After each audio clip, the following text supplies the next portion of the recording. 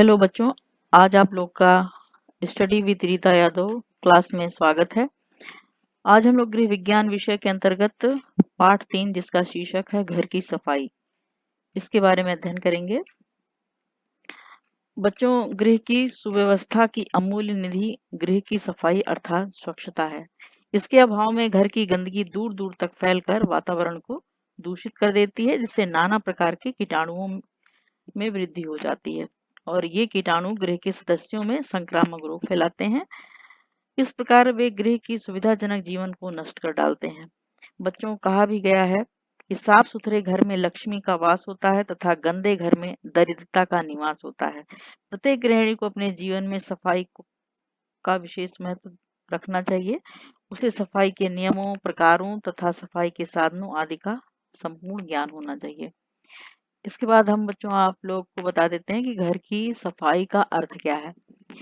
घर की सफाई का अर्थ परिवार के सदस्यों के स्वास्थ्य के लिए तथा घर की शोभा, व्यवस्था एवं साज सज्जा के लिए घर की सफाई अति आवश्यक है। सैद्धांतिक रूप से जिस वस्तु को जहां नहीं होना चाहिए उसका वहां पाया जाना ही गंदगी कहलाता है। घर में प्रत्येक वस्तु को रखने के लिए उसका एक निश्चित स्थान होता है। यदि कोई वस्तु अपने स्थान पर नहीं पाई जाए तो समझिए कि वहां गंदगी है। अतः हम कह सकते हैं कि वस्तु का अपने स्थान पर पाया जाना सफाई है। जैसे घर में कपड़ों का अलमारी में रखा रहना सफाई है, लेकिन अगर वे इधर उधर बेतरतीबी से बिखरे रहते हैं तो ये गंदगी कहलाएगी। तो अंत में हम ये कह सकते हैं कि गंदगी का अभाव अतः गंदगी का निवारण करना ही सफाई है। इसके बाद हम लोग आते हैं घर की सफाई की आवश्यकता क्या है और क्यों वो जरूरी है। तो इसके अंतर्गत 7 बिंदु हैं जिनको हम एक एक करके आप लोग को बताएंगे। तो पहला है घर की सुंदरता में सहायक। बच्चों, घर का सौंदर्य तभी बढ़ सकता है जब वो साफ हो। कि हम अपने घर को कितना भी सजा दें, यदि वो गंदा है तो वो साफ सुथरा नहीं दिखेगा। घर की सफाई के अभाव में कीमती से कीमती वस्तुएं उसे सुंदर नहीं बना सकती। इसके बाद दूसरा पॉइंट है कीटाणुओं को पनपने से रोकने में सहायक। यदि हम अपने घर में सफाई रखेंगे तो हमारे घर के प्रत्येक कमरों में कीटाणु नहीं पनपेंगे और घर के जो सदस्य हैं वो बीमारी से बचे रहेंगे। इसके बाद तीसरा पॉइंट है स्वास्थ्य एवं चुस्ती में सहायक। गंदगी 72 बीमारियों का घर है। यदि हम अपने घर को साफ सुथरा रखेंगे तो हम स्वस्थ रहेंगे और स्वस्थ रहेंगे तो अपने कार्य में हम सक्रिय रहेंगे।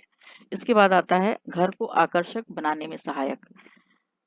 हम घर को कितना भी सजा लें, यदि हमारे घर में गंदगी है तो हम घर को सुंदर नहीं कह सकते। इसलिए घर को आकर्षक बनाने में सफाई बहुत ज्यादा सहयोग करती है।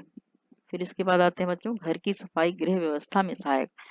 बच्चों, हम किसी के घर अगर जाते हैं, देखते हैं कि हर सामान जो है अपने सही स्थान पर है, सलीके से है, तो घर हमें देखने में सुंदर लगता है। साथ ही साथ उसमें जो गृहिणी है उसके बारे में भी अंदाजा लगाया जा सकता है कि इस घर की जो गृहिणी है वो कार्य के प्रति बहुत कुशल है।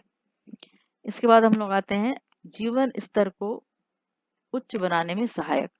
सफाई एक ऐसी कला है जिससे व्यक्ति का जीवन स्तर उच्च बन सकता है और उसके घर की सफाई को देखकर हम यह कह सकते हैं कि उसका जीवन स्तर यानी कि उसके रहने सहने का जो तरीका है वो बहुत अच्छा है और उसके हिसाब से अंदाजा लगाया जा सकता है कि व्यक्ति का जीवन स्तर बहुत उच्च है।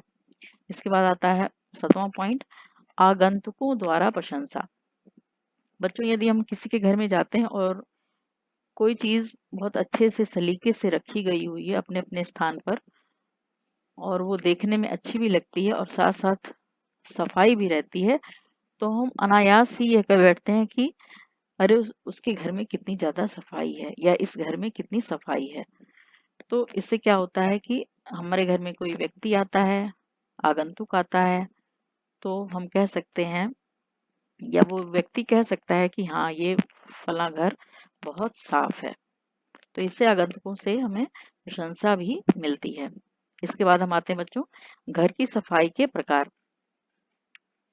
घर की सफाई बच्चों 5 भागों में विभाजित की गई है।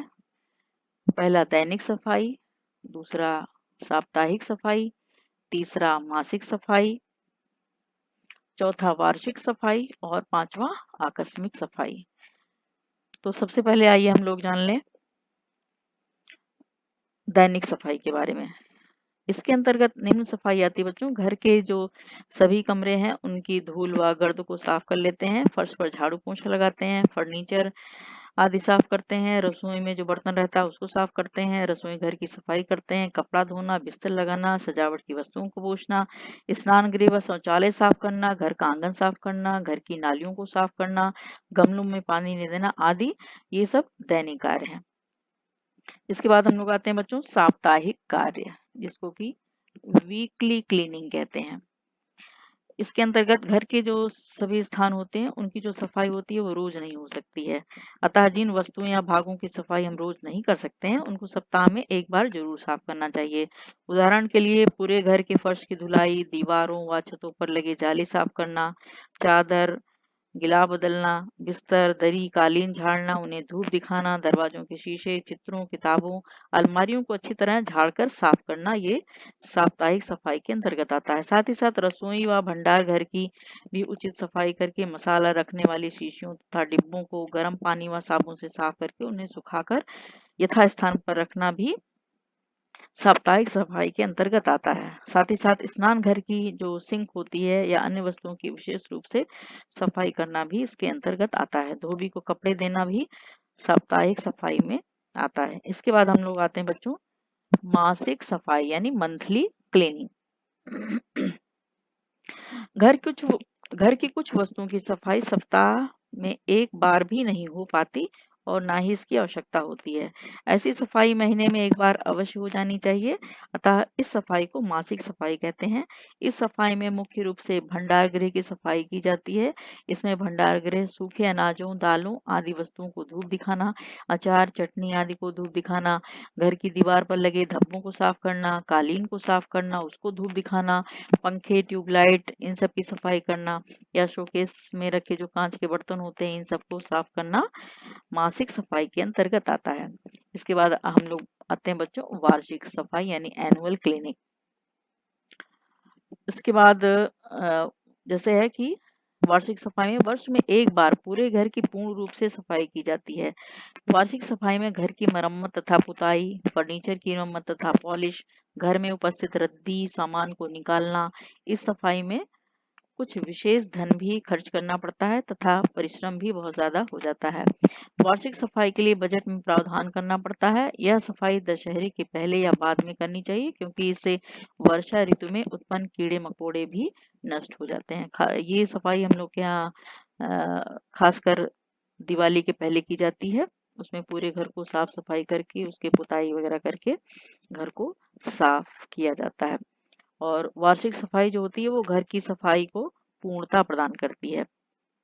इसके बाद आते हैं बच्चों हम लोग आकस्मिक सफाई, इसको कहते हैं सडन क्लीनिंग। इसमें क्या होता है कि कभी कभी ऐसी सफाई जो अचानक की जाए, यानी कि जैसे हमें कभी कभी होता है कि हमारा घर हमेशा साफ नहीं रहता है, तो किसी के आने की खबर प्राप्त होती है तो हम जल्दी जल्दी घर को थोड़ा बहुत साफ कर लेते हैं और बाकी चीजें चद्दर उद्दर के नीचे ढक देते हैं।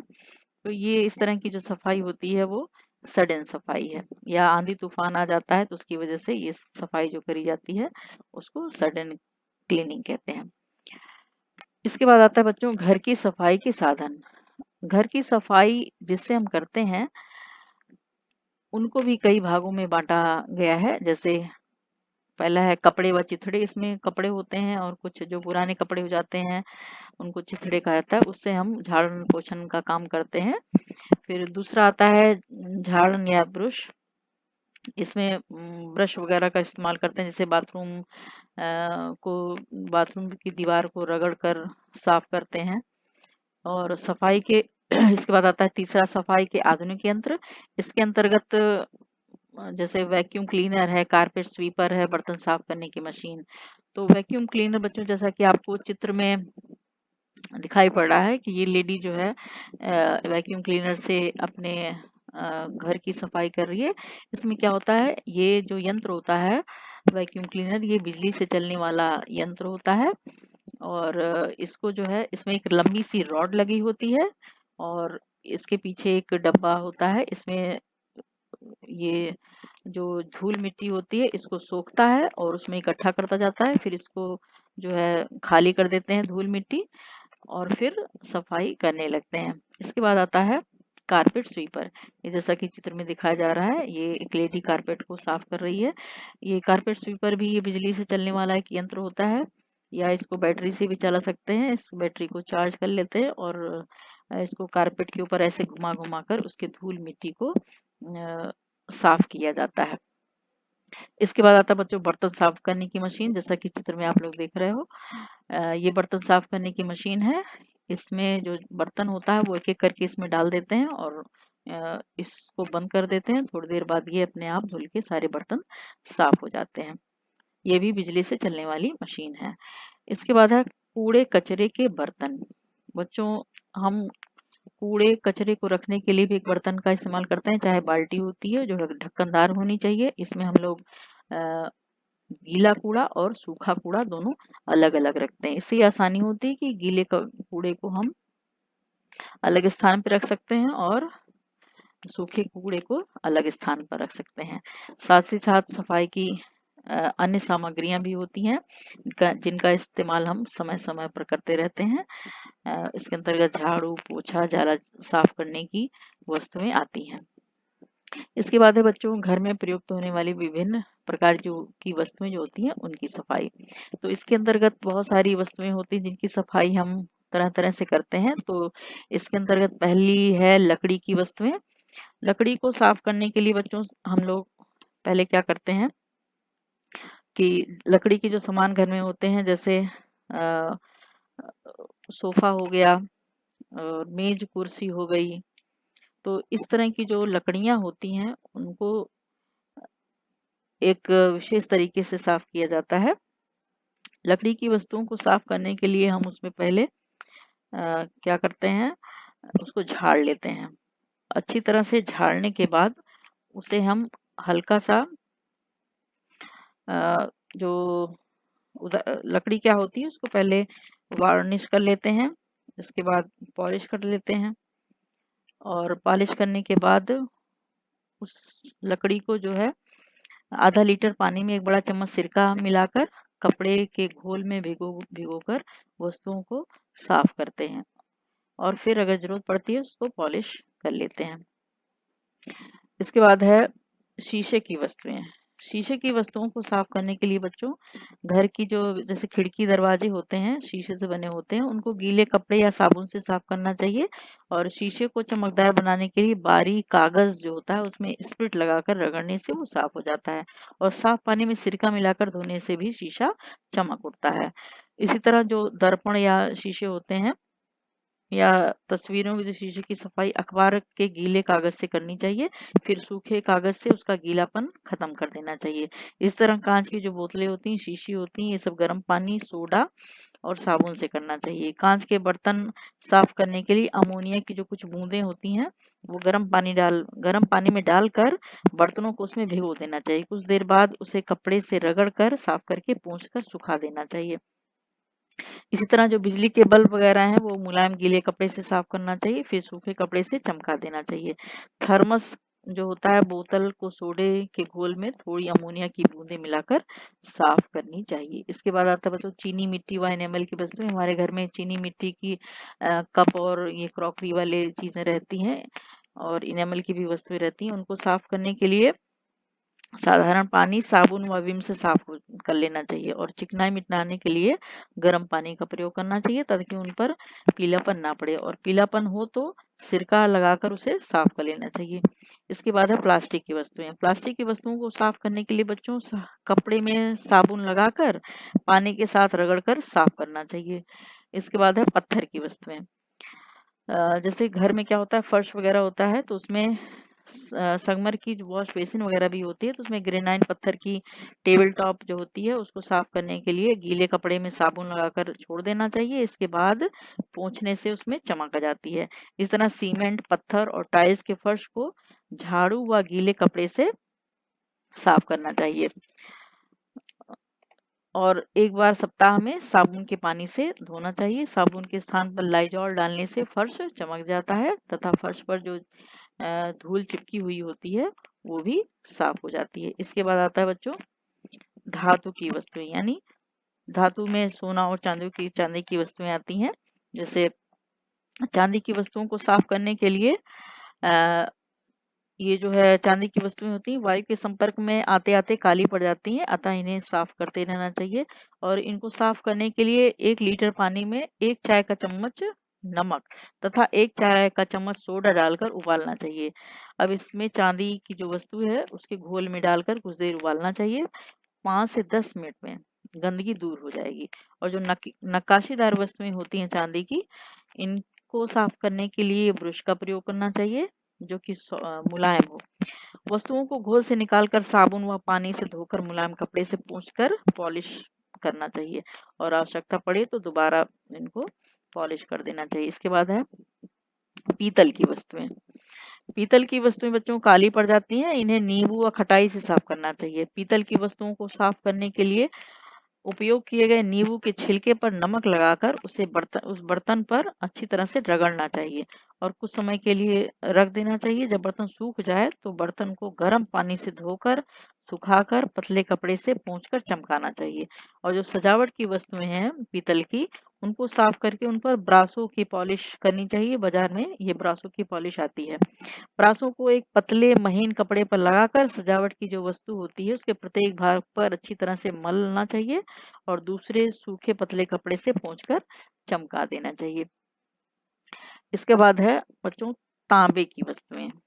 तांबे की जो वस्तुएं होती हैं उनको साफ करने के लिए चूने की सफेदी का प्रयोग किया जाता है। चूना, सोडा व सिरका मिलाकर प्रयोग करने से अत्यधिक जो गंदे बर्तन होते हैं उनमें भी चमक आ जाती है। तांबे के बर्तन को साफ करते समय सबसे पहले बर्तन को गर्म पानी में कुछ देर के लिए भिगो देते हैं। इसके बाद महीन चूने के पानी को भिगोकर उसे एक कपड़े पर लेकर बर्तन पर अच्छी तरह रगड़ते हैं और अंत में क्या करते हैं, बर्तन को गर्म पानी से धोकर सुखा लेते हैं। इस प्रकार बर्तन में चमक व निखार आ जाती है। इसके बाद है बच्चों एल्यूमिनियम की वस्तुएं। एल्यूमिनियम की वस्तुएं में हमारे घर में जैसे कुकर वगैरह होता है या भगोना वगैरह तो है, तो इन वस्तुओं को साफ करने के लिए साबुन का हल्का घोल प्रयोग किया जाता है। और बर्तन बहुत ज्यादा गंदा हो तो उन्हें साफ करने के लिए पानी को उबालकर उसमें सिरका व नींबू का रस डालकर घोल बना लेना चाहिए। अब इस घोल से बर्तन को साफ करना चाहिए और बर्तन में यदि खाना जल गया है तो उसे पानी व नमक डालकर गर्म करना चाहिए, जिससे जले हुए खाने की जो परत होती है वो आसानी से छूट जाती है। एल्यूमिनियम के बर्तनों को साफ कपड़े से पोंछकर सुखाकर रखना चाहिए। इसके बाद आता है बच्चों स्टेनलेस स्टील की वस्तुएं। स्टेनलेस जैसा कि इसके नाम से पता चलता है कि जिस पर दाग धब्बे ना पड़ते हों, तो ये बर्तन साफ करना बहुत ही आसान होता है। इसके लिए गर्म पानी में अमोनिया चूने की सफेदी का घोल बनाकर वस्तुओं को घोल में डालकर साफ करना चाहिए। सिरके से मलकर पानी से धोकर कपड़े से पोंछकर अथवा गर्म पानी या व विम से धोकर कपड़े से सुखाकर रखना चाहिए। चाकू आदि के ब्लेड को साफ करते समय उसके हैंडल को सुरक्षित रखना चाहिए। इसके बाद आता है बच्चों टिन की वस्तुएं। टिन की वस्तुओं को साफ करने के लिए साबुन से साफ करना चाहिए तथा पानी से धोना चाहिए। धोने के पश्चात कपड़े से पोंछ कर रखना चाहिए। कभी कभी बर्तन जल जाता है तो उस समय थोड़े समय के लिए पानी में भिगो देना चाहिए। इसके बाद बर्तन में पानी व सोडा डालकर उबालना चाहिए और इसको हल्के हाथ से मलकर गंदगी साफ कर लेनी चाहिए। और इन बर्तनों में जंग उस स्थिति में लगती है जब इनकी ऊपरी सतह निकल जाती है, अतः बर्तन को रगड़ते समय बहुत ही सावधानी का प्रयोग करना चाहिए। इसके बाद आता है बच्चों लोहे की वस्तुएं। लोहे की वस्तुओं को कच्ची ईंट व राख से चमकाया जाता है। जैसे घर में तवा वगैरह होता है तो इनको साफ करने के लिए एक ईंट से रगड़ कर साफ करना चाहिए। बाजार में लोहे का एक छलनी टाइप का आता है, उससे भी इसको साफ कर सकते हैं। और इन पर जंग जल्दी लग जाती है, इसे बचाने के लिए इनमें चिकनाई या मिट्टी का तेल लगा कर रखना चाहिए और जंग चिकनाई से साफ किया जा सकता है। इसके बाद बच्चों हम लोग आते हैं गंदगी के सामान्य कारण एवं उनका निवारण। गंदगी बच्चों कूड़े कचरे से फैलती है, तो घर के जो कूड़े करकट होते हैं उनको नष्ट करने या हटाने के लिए कुछ उपाय किए जा सकते हैं, जो कि आपको स्क्रीन पर दिख रहे हैं। जैसे कूड़े को जलाना। इसके अंतर्गत हम लोग क्या करते हैं कि कूड़े को एक जगह पर इकट्ठा करके और उसको जला देते हैं। यह ईंट की इसमें एक गोलाकार चिमनी होती है, जिसके ऊपर धुआं तथा गैस निकालने के लिए छेद होते हैं और बीच में नाली होती है, जिसमें कूड़ा रखने और नीचे से आग जलाने का प्रबंध होता है। चिमनी में आग जलाकर कूड़ा जला दिया जाता है। इसके बाद आता है कूड़े से गड्ढे को पाटना। यह भी विधि उत्तम नहीं है, क्योंकि इसमें जो कूड़ा होता है वो खुला पड़ा रहता है तथा उसमें मक्खी, मच्छर और अन्य हानिकारक जीवाणु एकत्रित होते हैं, जो कि चारों ओर गंदगी फैलाते हैं। फिर सा है छटाई द्वारा कूड़े को उपयोग में लाना। बच्चों, एक बहुत अच्छी विधि है। इसमें कूड़े को 3 भागों में बांट लिया जाता है।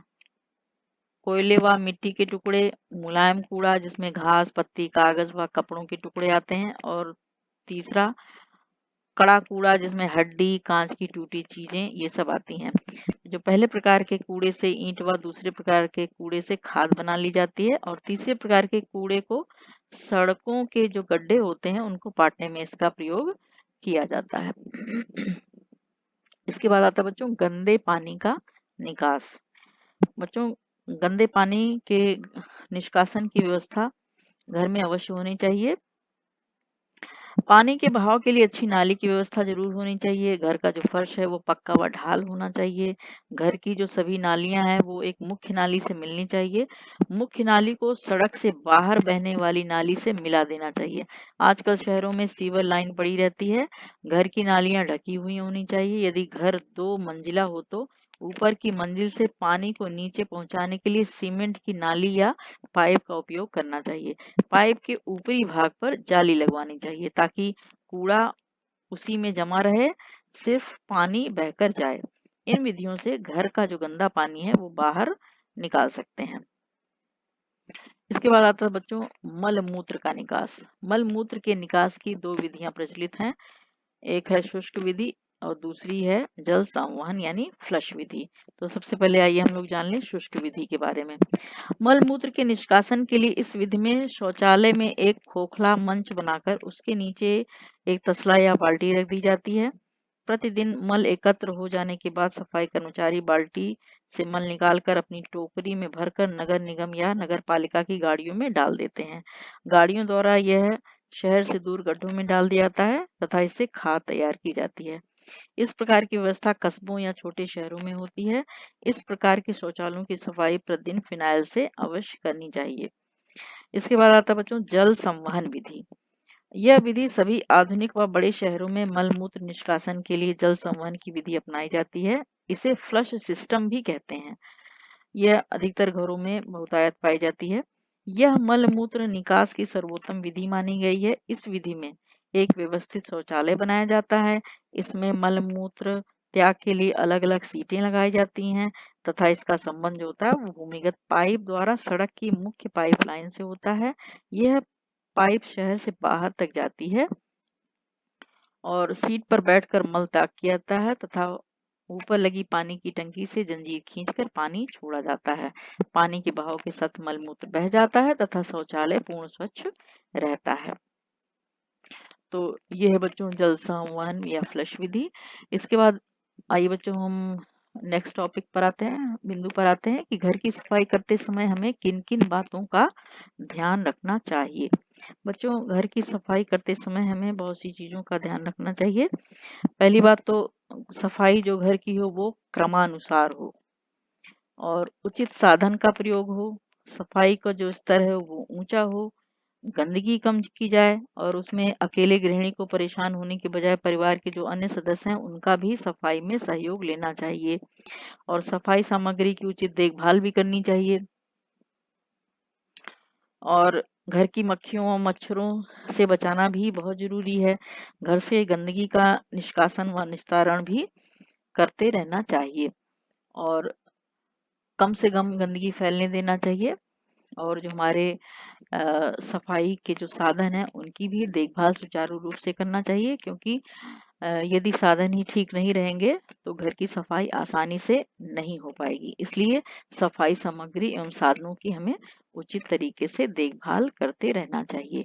तो ये है आज बच्चों घर की सफाई। अब अगले पाठ में हम लोग किसी और पाठ के विषय में पढ़ेंगे। तब तक के लिए धन्यवाद।